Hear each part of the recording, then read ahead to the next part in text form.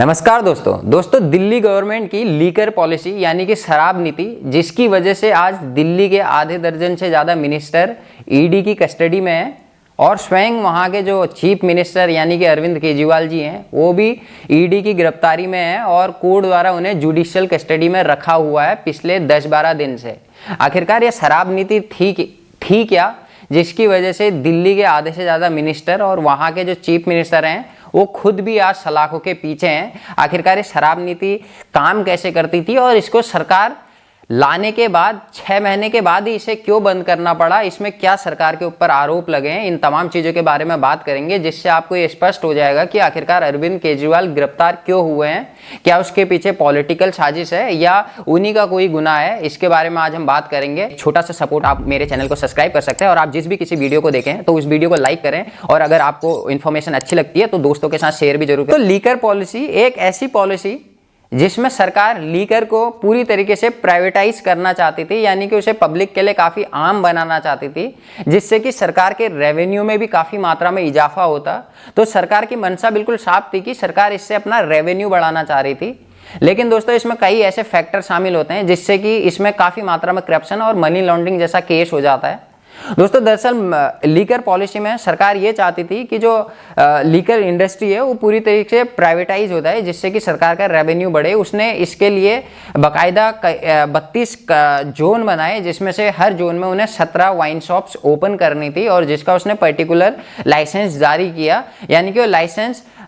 एक वैल्यू में बेच रही थी जिसकी वैल्यू काफ़ी ज़्यादा रखी गई थी। जो आम लीकर पॉलिसी चलती थी उसके अगेंस्ट में काफ़ी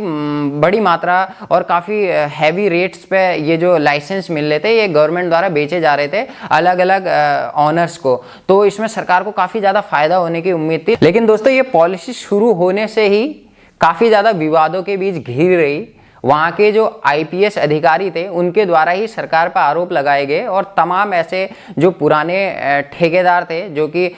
शराब की शॉप्स चलाते थे पुराने समय से, उनके द्वारा भी सरकार पर गंभीर आरोप लगाए गए कि सरकार किसी एक पर्टिकुलर पर्सन को प्रमोट करने के लिए दूसरे लोगों का गला घोट रही है। यानी कि दोस्तों हुआ इसमें ये कि जो लोग सरकार की पहचान के थे, यानी कि जो बड़े बड़े ठेकेदार थे जिनने दिल्ली में कई जगह पे लाइसेंस लिए हुए थे और जिनकी वाइन शॉप चलती थी, तो वो सरकार के टच में थे या जो सरकार के बड़े बड़े अधिकारी होते हैं उनके टच में थे, तो उनको लाइसेंस आसानी से मिल जा रहा था और उनके लिए सरकार काफ़ी किफ़ायती दामों में उनको लाइसेंस दे रही थी। और जो अच्छी अच्छी लोकेशंस थी वहाँ पर सरकार चाह रही थी कि उनके जानने वाले लोग वहाँ पे अपनी वाइन शॉप खोले, जिससे कि उनका रेवेन्यू बढ़े और इससे सरकार को भी फायदा हो। यानी कि इसमें दोस्तों करप्शन शामिल हो चुका था शुरू होने से ही। तो काफ़ी गंभीर आरोप लगे शुरुआती दौर से ही सरकार पे कि सरकार इसमें करप्शन कर रही है और सरकार गिने चुने लोगों को इससे फायदा पहुंचाने की कोशिश कर रही है। और दोस्तों लीकर पॉलिसी में जैसे ही सवाल उठने लगे,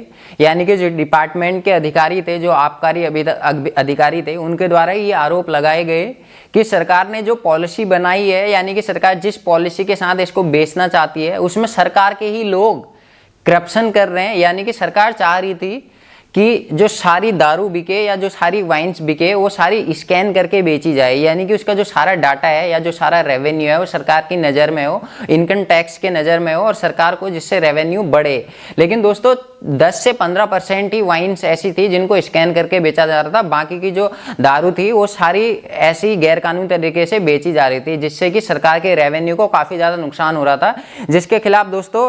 अपील की गई कई बड़े अधिकारी, आईपीएस अधिकारी द्वारा और कई लोगों द्वारा और पार्टियों द्वारा कि इसकी सीबीआई जांच हो। और जैसे ही इसकी दोस्तों सीबीआई जांच होने लगी तो दिल्ली की गवर्नमेंट ने ये पॉलिसी वापस ले ली है। कई पार्टियों द्वारा और कई लोगों द्वारा और स्वयं अधिकारियों द्वारा ये आरोप लगाए गए कि जो ठेकेदार थे, जो बड़े बड़े ठेकेदार थे, जो पुराने ठेकेदार थे जिनकी सरकार के साथ काफ़ी ज़्यादा बनती थी, तो उनके द्वारा पार्टी को बाकायदा 6% एज ए कमीशन के तौर पर दिया गया। स्टेट लेवल की जब कोई भी नई पॉलिसी बनती है या जारी होती है तो उसमें जो चीफ मिनिस्टर होता है वो मुख्य होता है। यानी कि ऐसा नहीं है कि ये सारा चीफ मिनिस्टर के बगैर हो रहा था या ये चीफ मिनिस्टर के पीछे हो रहा था, या चीफ मिनिस्टर को पता ही नहीं चला कि इतने टाइम में कि इसमें करप्शन भी हो रहा है, या इसमें ऐसे लोगों को प्रमोट किया जा रहा है, या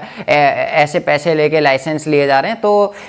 ये तो बिल्कुल दोस्तों एक बेवकूफ़ी वाली बात है कि हम ये कह सकते हैं कि दिल्ली के चीफ मिनिस्टर का इसमें कोई हाथ नहीं है, या उनको कुछ पता ही नहीं है। ये सारा दोस्तों उन्हीं के अंडर में हो रहा था, इसीलिए आज वो ईडी की गिरफ्त में है। यह केस बिल्कुल स्पष्ट है, दिल्ली गवर्नमेंट द्वारा मनी लॉन्ड्रिंग की गई और काफ़ी बड़ी मात्रा में करप्शन किया गया इस लाइसेंस को देने के चक्कर में, और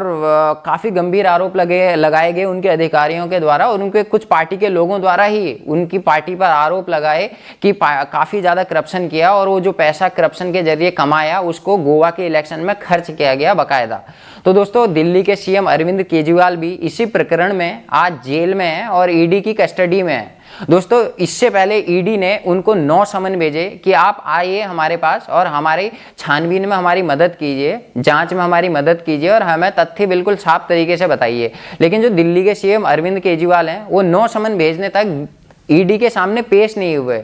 वो बहाना बनाते रहे और छानबीन में कोई भी सहायता उनके द्वारा नहीं की गई। इसी के चक्कर में दोस्तों ईडी